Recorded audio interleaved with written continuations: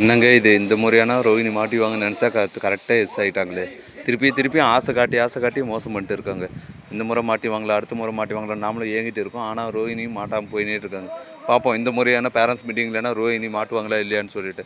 சிறுகடி காசை சிறு நேரில் அனைவருக்கும் வணக்கம். அப்கமிங் எபிசோடில் என்னென்னலாம் இன்ட்ரெஸ்டிங்காக நடக்க போகுதுன்றதை நாம இந்த வீடியோ பார்க்க போகிறோம். அதுக்கு முன்னாடி நீங்கள் நம்ம சேனல் ஃபஸ்ட் டைம் இருங்க, நான் மறக்காமல் சப்ஸ்கிரைப் பண்ணிட்டு வந்துருங்க. கூட பெல் பட்டன் எழுதுங்க. அப்போ தான் நான் போடுற ஒவ்வொரு வீடியோ உங்களுக்கு நோட்டிஃபிகேஷன் வரும். வாங்க இப்போ வீடியோக்குள்ளே போகலாம். முத்து பார்த்துட்டிங்களா, அவங்க மாமாவோட பொண்ணு வந்து லவ் பண்ணி கூட்டு ஓட்டதுனால பார்த்திங்கன்னா 2 வீட்லேயும் பார்த்திங்கன்னா முத்து போய் பேசுகிறாரு. 2 வீட்லேயும் வந்து சம்மந்தம் வாங்கினதுனால பார்த்திங்கன்னா சரி ஒரு நாளைக்கு வந்து எல்லாருமே வந்து ஒன்றா பேசி நிச்சயம் பண்ணிடலாம், அதுக்கப்புறம் கல்யாணத்தை பார்த்துக்கலாம் அப்படின்ற மாதிரி சொல்லிடுறாங்க. இதை கேட்ட முத்துக்கு பார்த்திங்கன்னா ரொம்ப சந்தோஷம். இந்த விஷயத்தை பார்த்திங்கன்னா அவங்க மாமா பொண்ணுக்கும் வந்து சொல்கிறாங்க. அவங்களுமே வந்துட்டு சரி நான் வீட்டுக்கு வரோம் அப்படின்ற பார்த்திங்கன்னா அவங்கவுங்களும் அவங்க வீட்டுக்கு வந்துடுறாங்க.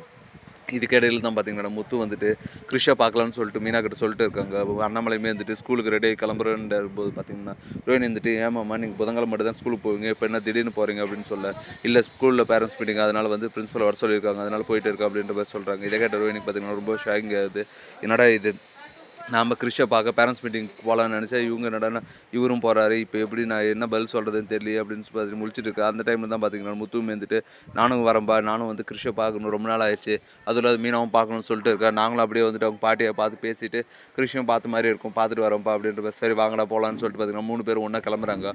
உடனே பார்த்திங்கன்னா ரோஹினி பதறி போய் பார்த்திங்கன்னா அவங்க அம்மா கால் பண்ணி நடந்த எல்லா விஷயத்தையும் சொல்கிறாங்க. உடனே டே கிருஷ் வந்துட்டு நீ வருவேன்னு சொல்லி ரொம்ப ஆசையாக இருக்கான், இந்த நேரத்தில் இப்படி ஆயிடுச்சு, இப்போ என்ன பண்ணுறது அப்படின்னு சொல்லி நீ பேசி புரிய வைமா அப்படின்னு சொல்ல, அவன் இப்போல்லாம் வர சொன்ன பேச்சு கேட்க மாட்டான், பையனும் வளர்ந்துட்டு போயினே இருக்கான், எனக்கு இருந்தாலும் உண்மை தெரியதான் போகுது, அதனால் சீக்கிரம் அவனை எப்படின்னு பேசி சமாளிக்குதுன்னு எனக்கே ஒன்றும் புரியல, நீ ஏதானோ ஒன்று பேசு அப்படின்னு சொல்ல. உடனே கிருஷ்ணகிட்ட ஃபோன் கொடுக்க, அம்மா இன்றைக்கி வர முடியாதுடா, எனக்கு ஒரு சின்ன வேலை இருக்குது, அதனால் நான் வர முடியாது, லேட் ஆயிரும், நீ பாட்டியை கூப்பிட்டு போயிட்டு வா அப்படின்ற மாதிரி சொல்லிடுறாங்க. இதனால் பார்த்திங்கன்னா கிருஷ் பார்த்திங்கன்னா ரொம்ப கோச்சிடுறாங்க. ஏமா இப்படி பண்ணுறேன், எப்போவுமே நான் உங்க கூட இருக்குன்னு சொல்லிட்டு பார்த்திங்கன்னா நீ ஆசை காட்டி நீ ஏமாத்தினே இருக்க, எனக்கு எவ்வளோ கஷ்டமாக இருக்குது தெரியுமா, ப்ளஸ் ஸ்கூலில் எல்லா ஃப்ரெண்ட்ஸோட அம்மா அப்பாவும் வருவாங்க, எனக்கு நீங்களும் வரலன்னா பாட்டியை கொண்டு போனால் எப்படிமா அப்படின்ற மாதிரி சொல்லுவேன். இந்த ஒரு முறை மன்னிச்சிட்றா, அடுத்த முறை கண்டிப்பாக அம்மாவும் கூட வரேன்னு சொல்லிட்டு பார்த்திங்கன்னா கிருஷ்ணன் சமாதானப்படுத்துகிறாங்க.